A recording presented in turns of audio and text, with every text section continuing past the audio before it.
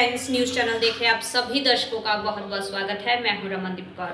इस वक्त की बड़ी खबर आ रही है प्रयागराज से। क्या है पूरा मामला, देखने के लिए बने रहिए हमारे साथ। अखिल भारतीय कायस्थ महासभा नई दिल्ली पंजीकृत के राष्ट्रीय अध्यक्ष योगेंद्र श्रीवास्तव ने कहा कि कायस्थ समाज भगवान चित्रगुप्त के अंश हैं। इस बात का सिर्फ हमें ही नहीं, हमारी पीढ़ियों को भी गर्व होना चाहिए, क्योंकि हमेशा न्याय के पक्षधर हैं। कायस्थ समाज ने सदा राष्ट्र निर्माण में जमा कर्तव्यों का निर्वहन किया है, चाहे आज़ादी से पहले या कालखंड रहा हो। आज़ादी के बाद राष्ट्र के पुनर्गठन के महामयास समाजले बह पढ़कर अपनी सफल भूमिका निभाई है। आज हम सबको तेज़ी से बढ़ते इस वैश्विक रामराग की पूरी में फिर से अपने राष्ट्र के लिए बहुत ही महत्वपूर्ण भूमिका निभाने का मौका मिला है। आयस समाकों को आज फिर अपनी प्रतिभा से दुनिया को परिचित कराने का मौका मिलने जा रहा है। ज़रूरत है कि सामाजिक और राजनीतिक भाग्यमार्तियों में एकजुट होकर राष्ट्र निर्माण के पथ पर आगे बढ़ें और एकजुट बिना ध्वज धर्म के नीचे एकत्रित होने का संभव नहीं है।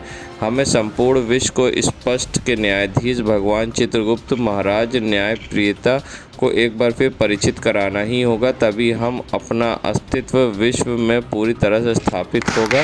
इसलिए मेरा व्यक्तिगत अनुरोध है कि देश को और समाज के अखिल हित को मजबूत कायस्थ सभा जोड़कर संगठन को मजबूत प्रदान करें।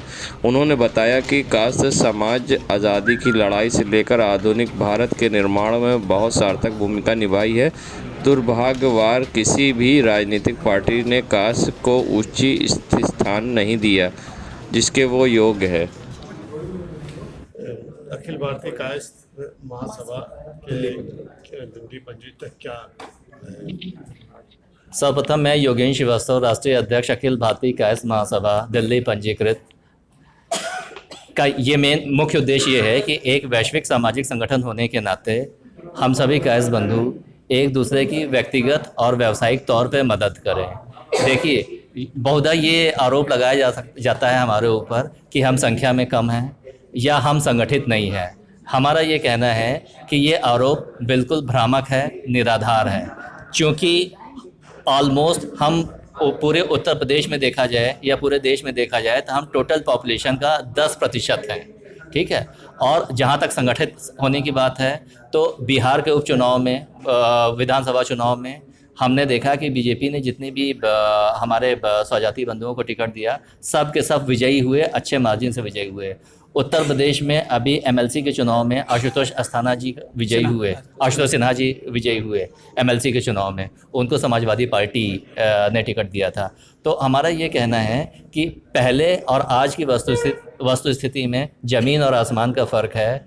अब हम लोग संगठित भी हैं, संख्या बल भी है। एक और आवश्यक तथ्य आपके संज्ञान में डालना आवश्यक है, वो ये कि अभी कुछ समय पहले एक नोटिफिकेशन आया है, उसके अनुसार एक किसी वर्ग विशेष को, किसी जाति के वर्ग विशेष को सरकारी नौकरी में आरक्षण दिया गया है। जबकि भारतीय संविधान का आर्टिकल 16 ये कहता है कि नौकरी देने के मामले में हम धार्मिक आधार पे किसी तरह का कोई भेदभाव नहीं कर सकते। धन्यवाद। मेरा ये आज आपको जिला अध्यक्ष से घोषित किया गया, अब क्या करेंगे संगठन के लिए? इलाहाबाद में कई संगठन हैं कायस्थों के, और यहाँ पर एक केपी ट्रस्ट भी है, जिसकी वजह से संगठनात्मक रूप से लोग बहुत विभक्त हैं। मेरा पहला उद्देश्य ये है कि सारे संगठनों को एक साथ किया जाए और उसमें समन्वय स्थापित किया जाए, जिससे जब भी कभी आवश्यकता हम लोग को किसी काम की पड़े तो सारे संगठन एक साथ हो जाएं। और संगठन के विस्तार की भी मेरी जिम्मेदारी है। जो लोग छूटे हुए हैं, जो लोग संगठन से नहीं जुड़े हैं, उनकी भी संख्या बढ़ानी है।